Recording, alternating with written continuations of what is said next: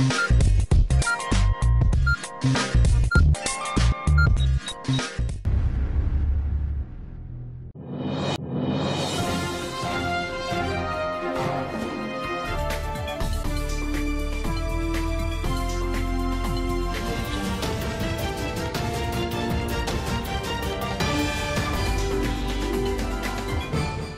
मी अक्षय. एडियन बातमीपत्रात तुम्हा सर्वांचं मनपूर्वक स्वागत करतो. आज दिवसभरात घडलेल्या संपूर्ण घटनांचा आढावा आपल्याला घ्यायचाच आहे, परंतु त्या अगोदर नजर टाकूया आज दिवसभरात घडलेल्या काही महत्त्वाच्या आणि ठळक घडामोडींवरती. जिल्ह्यात पेट्रोलचा तुटवडा भासवण्याची शक्यता. पेट्रोलचं कमिशन वाढवून द्यावं या मागणीसाठी 15 जुलै ते 15 ऑगस्ट दरम्यान पेट्रोल पंप व्यावसायिक करणार बहिष्कार. गावकऱ्यांच्या मदतीने एटीएम मशीन चोरटे जेरबंद. चोरट्यांच्या ताब्यातून एटीएम मशीन, शस्त्रासह 4 चाकी वाहन जप्त. आता बघूया सविस्तर बातम्या. पेट्रोलच्या लिटर मागे 5 रुपये कमिशन वाढवून देण्यात यावं या अन्य मागण्यांसाठी पेट्रोल व्यावसायिक हे 15 जुलै ते 15 ऑगस्ट या दरम्यान हाताला काळ्या फिती बांधून मुक्त आंदोलन करणार असल्याची माहिती देण्यात आली आहे. आज आंदोलनाच्या भूमिकेसाठी आम्ही पत्रकार बांधवांना आमंत्रित केलेला आहे. आंदोलनाचा विषय असा आहे की 2017 पासून आमच्या पेट्रोल डीलर पंपवाल्यांचं कोणतंही कमिशन वाढलेलं नाही, परंतु आम्ही पेट्रोल डीलर म्हणजे इंधन जे खरेदी करत होतो त्याची किंमत ही 4 पटीने वाढली. म्हणजे आमची गुंतवणूक 2017 पेक्षा 4 पटीने वाढली, परंतु आमच्या नफ्यात कोणतीही वाढ नाही. आणि त्यात आलेलं E20 म्हणजे इथेनॉलमुळं गिरायकांचा आणि पंपवाल्यांचा काहीतरी गैरसमज होतोय. आता ही कंपनीने राबवलेली पॉलिसी असल्यामुळं इथेनॉलचा पाण्याशी संपर्क आला की काही किरकोळ वाद तयार होतात, पण यात डीलरचा पेट्रोल पंप व्यावसायिकाचा कुठलाही संबंध येत नाही. परंतु यात वादातून वाद टोकापर्यंत जातात, पोलीस स्टेशनपर्यंत जातात. अशा अनेक अडचणींना, छोट्या छोट्या अडचणींना आम्हाला सामोरं जावं लागतं. आमचे टॉयलेट असतील, बाथरूम असतील, की जो आम्हाला गिराईकाच्या सुविधासाठी टॉयलेट यूज करायला परवानगी दिली असताना बाहेरचे लोक येतात, टॉयलेट करतात, साफघाण करतात. कधी स्वच्छता आम्ही प्रयत्न करतो, त्याची कॉस्ट कटिंग आम्हाला पुरत नाही.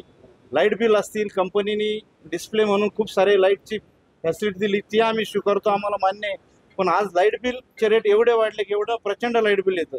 परत गव्हर्नमेंटचे शासनाचे जे नियम आहे मिनिमम वेजेस त्यापेक्षाही जास्त आम्हाला पगार नोकरांना द्यावा लागतो. म्हणजे जे डिलिव्हरी बॉय असतात, जे गिरायकांना पेट्रोल डिझेल भरतात, त्यांनाही पगाराची प्रचंड अशी वाढ झाली. या सगळ्यात आमचा पेट्रोल डीलर व्यावसायिक खूप आर्थिक अडचणीत सापडला. म्हणजे त्याची माल खरेदी करण्याची सुद्धा क्षमता नसते. त्यासाठी आम्ही हे आंदोलन घेतोय. आणि आंदोलनाची सुरुवात अतिशय शांततेने आणि नम्र अशी आमची आहे की आम्ही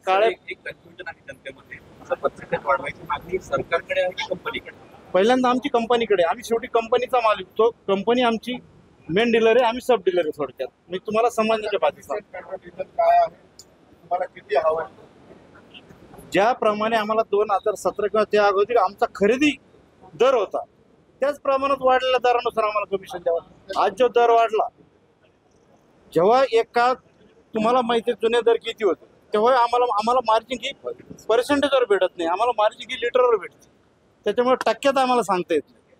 आम्हाला जसं जसं तुम्ही खरेदी दर वाढवता तसं तसं आमचा विक्री दर वाढला पाहिजे, तेवढंच आम्ही माफक अपेक्षा ठेवतो.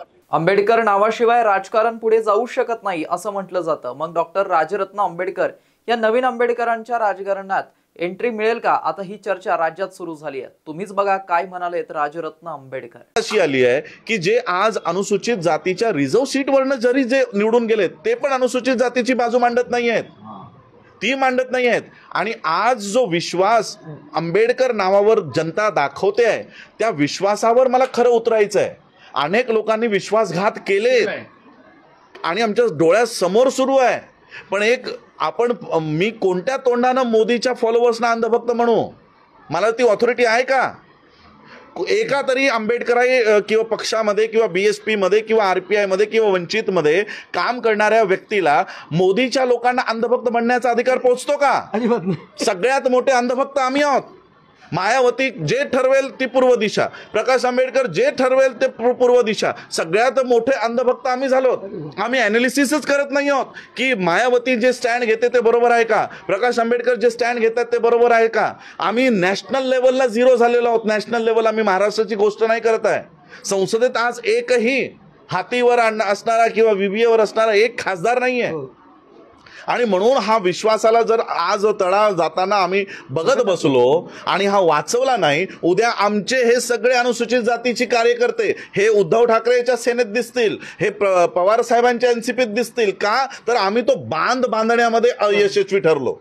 मी आज जी लोक कमकुवत ठरली, बघा मी कालपर्यंत यांच्या विरोधात काही स्टेटमेंट दिले का की तुमच्या राजकारणात आम्हाला ढवळाढवळ करायचं नाही, बट यू आर फेलियर नाव. हे ॲक्सेप्ट केलं पाहिजे भारताच्या लोकांनी, महाराष्ट्राच्या लोकांनी, की यांच्याकडनं नाही होत आहे.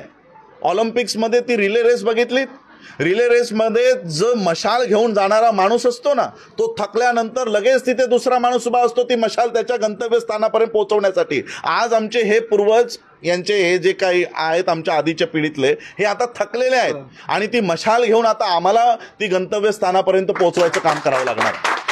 विद्युत पंप सुरू करण्यासाठी गेलेल्या शेतकऱ्याचा विजेचा शॉक लागून मृत्यू झाल्याची घटना सिल्लोड तालुक्यातील आमसरी शिवारात घडली आहे.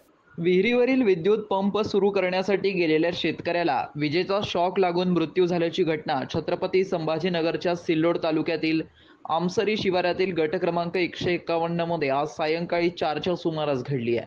संतोष माणिकराव शेळके वय 38 असं मृत शेतकऱ्याचं नाव असून आससरी शिवारातील गट क्रमांक 151 मधील विहिरीवर विद्युत पंप सुरू करण्यासाठी शेतकरी गेला असता विजेचा शॉक लागून शेतकरी बेशुद्ध झाला. बेशुद्ध अवस्थेत नागरिकांनी अजिंठा येथील ग्रामीण रुग्णालयात नेलं असता डॉक्टरांनी शेतकऱ्याला तपासून मृत घोषित केलंय. अजिंठा ग्रामीण रुग्णालय मृत शेतकऱ्यांचं शवविच्छेदन करण्यात आलंय. या प्रकरणी अजिंठा पोलीस स्टेशनला अकस्मात मृत्यूची नोंद करण्यात आली आहे. स्वच्छतेचे 2 रंग, ओला हिरवा सुका निळा मोहिमेच्या जनजागृतीसाठी दिनांक 8 जुलै 2024 पासून संवादकांमार्फत गृहभेटी देण्यास जिल्ह्यात सुरुवात झाली असून हे अभियान यशस्वी करावं असं आवाहन जिल्हाधिकारी दिलीप स्वामी यांनी केलंय. जोगेश्वरी नायगाव ग्रामपंचायत अंतर्गत आयोजित गाव तिथे वड वृक्षारोपण, खाम नदी पुनरुज्जीवन करिता दगड पिचिंग सुरुवात, अतिसार थांबवा मोहीम तसेच स्वच्छतेचे 2 रंग, ओला हिरवा सुका निळा मोहिमेच्या कार्यक्रमात जिल्हाधिकारी दिलीप स्वामी हे बोलत होते. यावेळी विभागीय वनाधिकारी कीर्ती जमदडे, उपजिल्हाधिकारी रामदास दौड, अरुण जराड, जिल्हा परिषदेच्या पाणी व स्वच्छता विभागाचे उपमुख्य कार्यकारी अधिकारी राजेंद्र देसले, रोजगार हमी योजनेच्या उपमुख्य कार्यकारी अधिकारी अनुपमा नंदनवरकर, तहसीलदार सोनी, गंगापूर पंचायत समितीचे गटविकास अधिकारी सुहास वाघचौरे, सरपंच योगिता आरगडे, ग्रामविकास अधिकारी मुळे यांच्यासह ग्रामपंचायत सदस्य, सर्व कर्मचारी अधिकारी मोठ्या संख्येने उपस्थित होते. पाणी व स्वच्छता विभागाचे उपमुख्य कार्यकारी अधिकारी राजेंद्र देसले, गटविकास अधिकारी सुहास वाघचौरे, ग्रामविकास अधिकारी मुळे, सरपंच आरगडे, इकोत्सव सुरेश घोरपडे, नरेश दामोदरे यांनी गृहभेटी घेऊन ग्रामस्थांना स्वच्छतेचे 2 रंग या मोहिमेबाबत मार्गदर्शन केलं. गावाच्या प्रवेशद्वारापासून खाम नदीपर्यंत वृक्षदिंडी काढण्यात आली. त्यात अभंग, गायन व वृक्ष लागवडीच्या घोषणा देण्यात आल्या. त्यानंतर जिल्हाधिकारी स्वामी यांच्या हस्ते खाम नदी जलपूजन व नंतर वडाचे रोप लावून वड लागवड अभियानाचा प्रारंभ करण्यात आला. जिल्ह्यात यंदाच्या उन्हाळ्यात पाणी टंचाईला सामोरं जावं लागलंय. आपण प्रत्येकाने आपल्या छतावर पडणाऱ्या पावसाचं पाणी जरी जमिनीत जिरवलं तरी आपल्याला टँकरने पाणी पुरवठा करण्याची वेळ येणार नाही. त्यासाठी जलसमृद्ध गाव अभियान राबवण्यात येत आहे. प्रत्येक गावकऱ्याने त्यात आपले योगदान द्यावे. गाव परिसराचा परिसर सुंदर, आल्हाददायक व आरोग्यदायी करण्यासाठी वृक्ष लागवड केली पाहिजे. लागवड केलेल्या वृक्षाचं संगोपन केलं पाहिजे. गावातून वाहणारी नदी स्वच्छ, प्रदूषण मुक्त ठेवणं ही आपली सगळ्यांची जबाबदारी आहे. त्यासाठी आपण सगळ्यांनी मिळून व एकजुटीने प्रयत्न करायला हवे.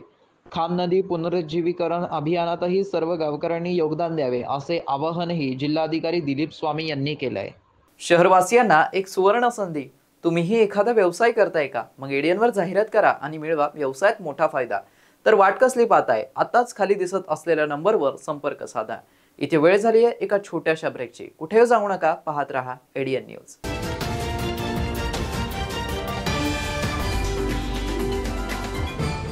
विवेकानंद शिक्षण संस्था संचलित विवेकानंद कला सरदार दलीप सिंग वाणिज्य व विज्ञान महाविद्यालय समर्थनगर छत्रपती संभाजीनगर शासन मान्य अनुदानित महाविद्यालय. शैक्षणिक वर्ष 2024-2025 NEP राष्ट्रीय शैक्षणिक धोरणानुसार प्रवेश प्रक्रिया व नोंदणी चालू आहे. Junior college science, arts, commerce, MCVC, senior college courses, graduation courses, BSc general, microbiology, biotechnology, BCS, BBA, BA, BCom, post graduation courses MMS, MSc, master of computer application, MA, diploma courses DBM, DC. आजच आपला प्रवेश निश्चित करा. महाविद्यालयाची वैशिष्ट्ये: college campus सुविधा, स्वतंत्र placement विभाग, क्रीडा विभाग, संगीत विभाग, नाटक विभाग, संगणक प्रयोगशाळा, NSS विभाग, NCC विभाग, लायब्ररी, मोफत पार्किंग सुविधा, सांस्कृतिक उपक्रम. प्रवेशासाठी संपर्क 9604708660, 9405769999, 7972926673.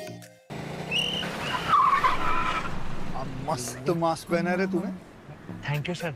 वो जान बचाने के लिए पहनना पड़ता है ना सर। रेडीमेड है या टेलर मेड है? ऑनलाइन ऑर्डर किया है सर। एक और है क्या? है ना सर। देना। बहुत मस्त लगे आपको। ये ना सर। ए ना भाई, जान बचाने के लिए बाइक चलाते वक्त सिर्फ खोपड़े पे मास्क पहनेगा तो खोपड़े को कौन बचाएगा? समझ गया सर। हेलमेट ऑनलाइन ऑर्डर कर, वरना हमेशा के लिए ऑफलाइन हो सकता है। Okay sir. ये ले। चल हम ये भी ऑनलाइन भर दे। हेलमेट पहने, ट्रैफिक नियमों का पालन करे, जिंदगी के सफर को सुरक्षित रखे।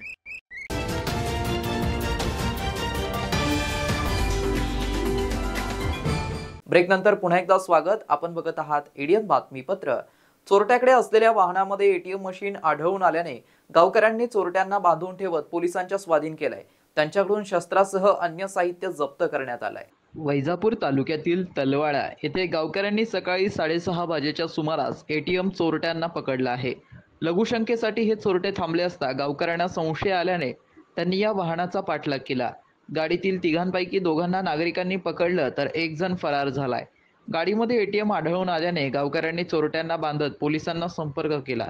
तब्बल 1 तासानंतर पोलिसांनी घटनास्थळी धाव घेत दोघा चोरट्यांना ताब्यात घेतलं.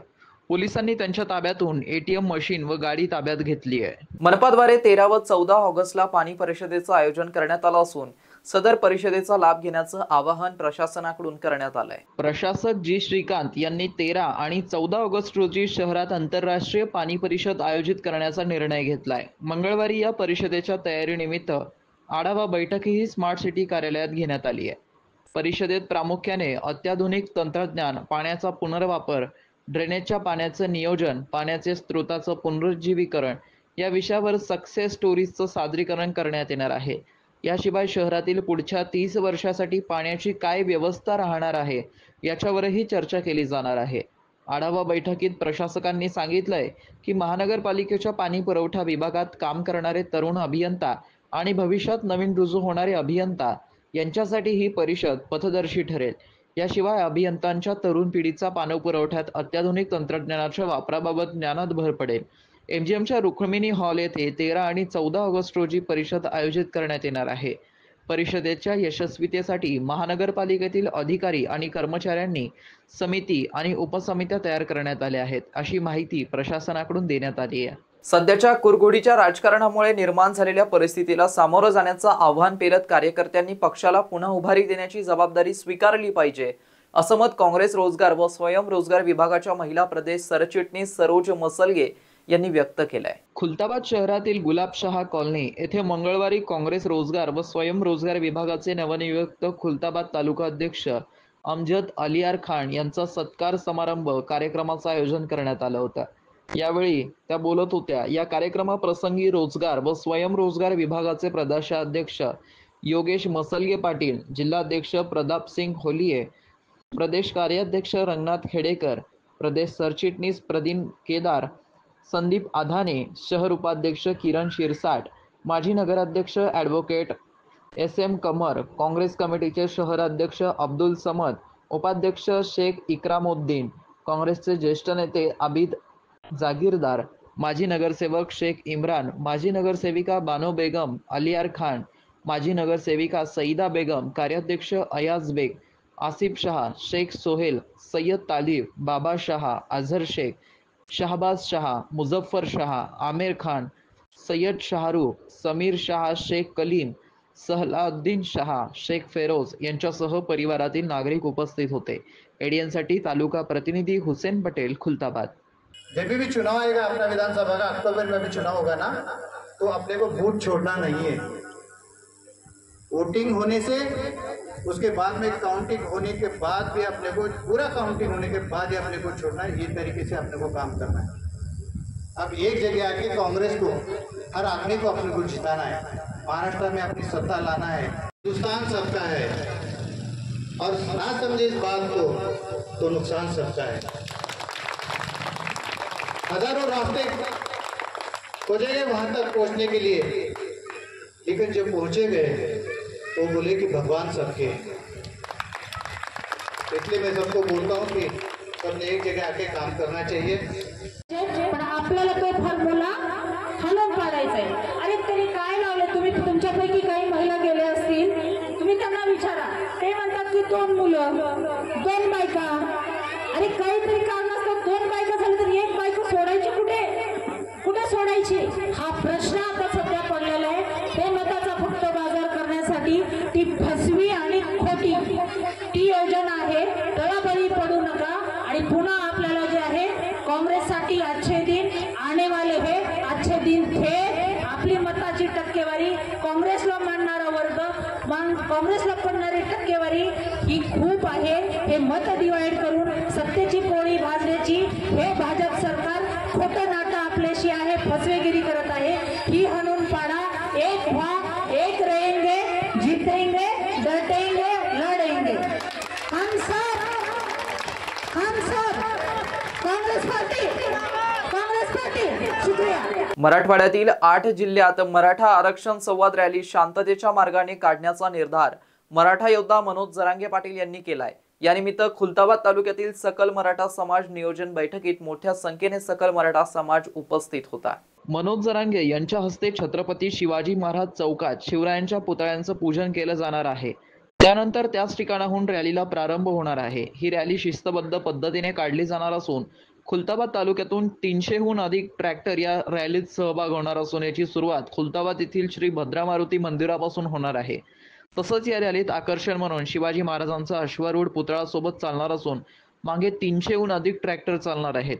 हे लक्षवेधी ठरणार असल्याची माहिती मराठा समन्वयक राजेंद्र पवार यांनी दिली आहे। एडीएनसाठी तालुका प्रतिनिधी हुसेन पटेल, खुलताबाद। आज सकल मराठा समाज तालुका खुलताबाद यांच्या वतीने बैठक आणि पत्रकार परिषदेचं जे आयोजन केलं आहे, विषय 13 तारखेला जी शांतता संवाद रॅली मराठवाड्यातील 8 जिल्ह्यामध्ये सन्माननीय मनोजदादा जरांगे पाटील यांच्या उपस्थितीमध्ये होत आहे आणि याचा समारोप छत्रपती संभाजीनगर शहरामध्ये दिनांक 13 तारखेला सकाळी 11 वाजता सिडको बसस्टँड ते क्रांती चौक असं या ठिकाणी होत आहे। या संभाजीनगर जिल्ह्यामध्ये खुलताबाद तालुका जरी छोटा असला तर या शांतता संवाद रॅलीमध्ये या ठिकाणी महत्त्वपूर्ण सहभाग या तालुक्याचा आहे।